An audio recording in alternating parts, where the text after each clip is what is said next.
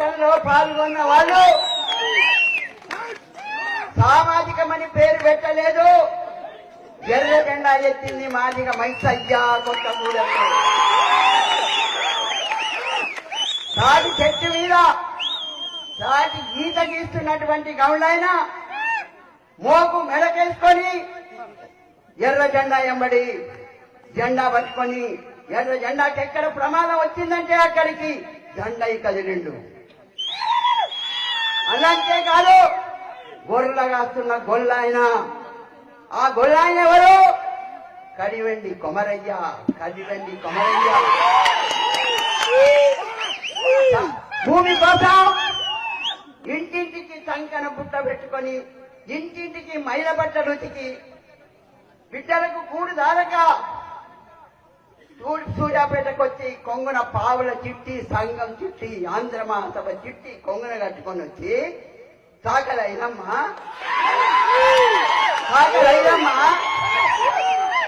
విష్ణుడు దొరడు మరో దొరలో పొలం చేస్తుంటే ఆ దొరను కూడా బెదిరించి సాకలి ఐలమ్మని బెదిరించి పొలం వదిలిపెట్టమంటే సూర్యాపేటకు వచ్చింది ఒక ఆడ మనిషి. మీకు సెలవు రావాలని చెప్తున్నా. ఎందుకు మీరు మోసపోయిండ్రు?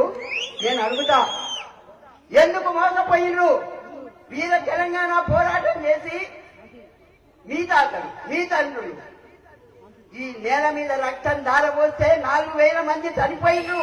నేను ఒక్కదాన్ని పట్టుకున్నా. ఎందుకని ఆయన నాకు అనిపిస్తుంది. నేను ఆ 4,000 వీరుల తరపు నుంచి మిమ్మల్ని అడుగుతున్నా, ఎందుకు మోసపోయిండ్రు? ఆ కేసీఆర్ చేసిన ఉద్యమం ఎందుకు మోసపోయిండ్రు? ఈ దేశంలోనే భూస్వాములకు వ్యతిరేకంగా, పెద్ద పెద్ద గలీలకు వ్యతిరేకంగా కల్లెడ దొరలను పీకి పెడితే జాడ లేకుండా పోయిండ్రు. విష్ణుడు దొరలను తరిమితే జాడ లేకుండా పోయిండ్రు. ఆ చాకలి అయ్యమ్మ విష్ణుడు దొరడు పిలిచి చెట్టు కట్టి నిన్ను కాలుస్తాను తుపాకీ ఇద్దితే, ఒరేయ్ దొర కాలిస్తే నన్ను ఒక్కడిని కాలుస్తావు. ఎర్ర జెండా ఉంది, ఆ జెండా దండుంది, నీకు దక్కనియారు. మా కొడుకులు 4, నీకొక్కరే కొడుకున్నాడు. ఆ బాబు సాహెబు నీకొక్కరే కొడుకున్నాడు. ఆ కొడుకును ఎంటబడి తరిమి చంపితే నీ గడిల గట్టి మలుస్తుందిరా సాపించింది. గట్టి మనిషి ఏమీ ఆ చరిత్రను మర్చిపోయిందా? మీ తాతలు మీకు చెప్పలేదా? ఎందుకు మోసపోయిందో ఆ ముదనష్టపు బోళ్ళగా ఏందనో వాడిని తిట్టడానికి కూడా మాట దొరకటం లేదు. వాళ్ళు చెప్పిన వాళ్ళకు అది చేతిలో బెల్లం పెడతాం, ఇంకేందో బంగారు తెలంగాణ చేస్తామంటే ఎందుకు బంగారం నూరుక తాగుతారా? ఈ బిడ్డలు 3 తరాల పిల్లలు ఎదిగి ఇంత అంతో ఎర్ర జెండా పుణ్యాన ఆ చదువుకునే అవకాశం దొరికి ఉస్మానియా యూనివర్సిటీకి పోతే మన బిడ్డలు, మీ బిడ్డలు అక్కడ చదువుకుంటుండే పొరగాళ్ళు కంట నీరు పెడుతున్నారు. ఆ సరుకుడు తినుకుంటా. ఏం మీకు తెలియదా వాళ్ళ కష్టాలు? ఎందుకు మర్చిపోయిండు? ఈ రోజున ఇద్దరు చెప్పారు, చాలా శాస్త్రం చెప్పారు, నాకు చాలా నచ్చింది. ఇంత ఎదిగిన మేధావులు నాయన దోపిడీదారులను మేము మోసపోయినాము అని చెప్పవచ్చా? ఒక్క అక్షరం ముక్కరాలు సాగలేమని నమ్మలేదు.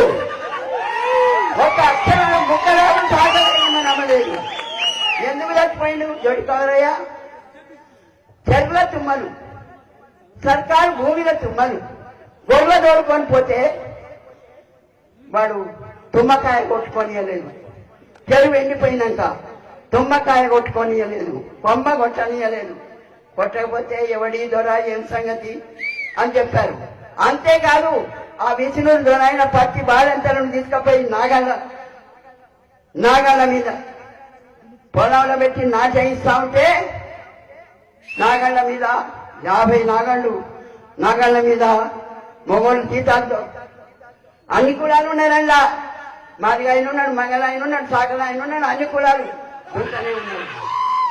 ఆడవాళ్లను జుట్టు పట్టి తీసుకుపోయి పచ్చి బాలంతలు పిల్లల్ని 10 తల్లుల్ని తీసుకపోతే బాలంతలు నోరెండి చచ్చిపోయిండు.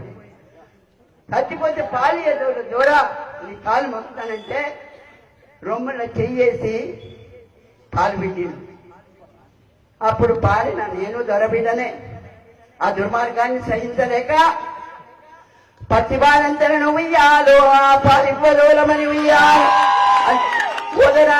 ఓదరా నీ బట్టను ఇయ్యాలో ఆ పాలివ్వదోలమని ఉయ్యాలో పత్తిలాడిన గాని ఉయ్యాలో ఆ పాలివ్వదోలనే ఉయ్యాలో రొమ్ముళ్ళ చెయ్యేసి ఉయ్యాలో ఆ పాలు విండిరయ్య ఉయ్యాలో నాగళ్ళ నీదున్న ఉయ్యాలో నా ఎన్నల్లార ఉయ్యాలో చీమనెత్తులేల ఉయ్యాలో చీమనెత్తులేల ఉయ్యాలో తిరగబడవేమయ్య ఉయ్యాలో ఎత్తండి ఎర్రజెండ ఉయ్యాలో ఆ జన్ను కడదామయ్య ఉయ్యాలో జన్ను